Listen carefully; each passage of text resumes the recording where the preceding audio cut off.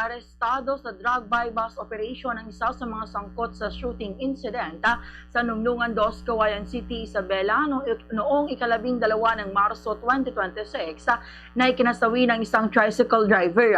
Sa panayam ng Bombo Radyo Cauayan kay Police Lieutenant Colonel Jerry Castillo, officer in charge ng Cauayan City Police Station, ang suspect ay isang tricycle driver at nasamsamaan ng mahigit kumulang 1 kilong marijuana at may standard drug price na 120,000 pesos. Maliban sa illegal na droga ay nakuha rin sa kanyang pag-iingat ang ilang piraso ng bala ng M526 caliber 9mm.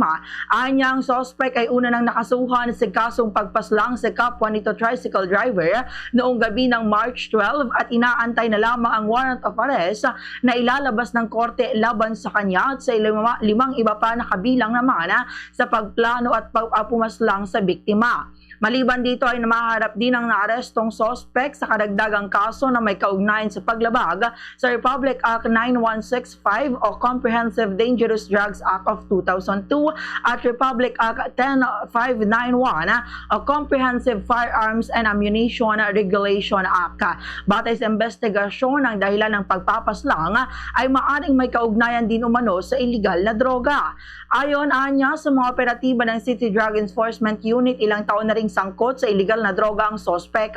Tinitignan na din ng mga otoridad ang ugnayan ng sospek sa mga naunang high-value individual na naaresto rin sa kaparehong kaso kamakailan upang tuluyan ng maputol at masugpo ang kalakalan ng illegal na droga sa lungsod.